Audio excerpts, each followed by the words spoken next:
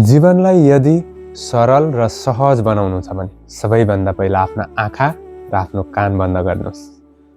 अरूले के गर्छ त्यो हेर्न छोड्नुहोस् अनि अरूले आफ्नो बारेमा के कुरा गर्छ त्यो सुन्न छोड्दिनुहोस्। जीवन सहज हुनेछ। यो संसारमा जीवनलाई सहज र सुन्दर बनाउन धेरै नै सहज छ, तर हामी त्यो कुरालाई बुझ्दैनौँ।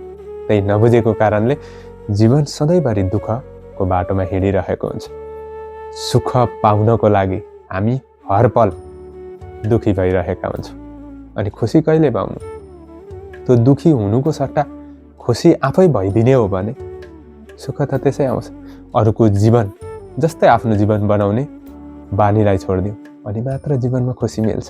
यो संसारमा अरूको जस्तै जीवन जिउने कोसिसले आज हरेक व्यक्ति दुखी छ, हरेक व्यक्ति पीडामा छ। चाहे जतिसुकै धन सम्पत्ति होस्, चाहे धन सम्पत्ति नै नहोस्, सबै दुःखमा छन् अरूको जस्तै जीवन जिउने कोसिसले।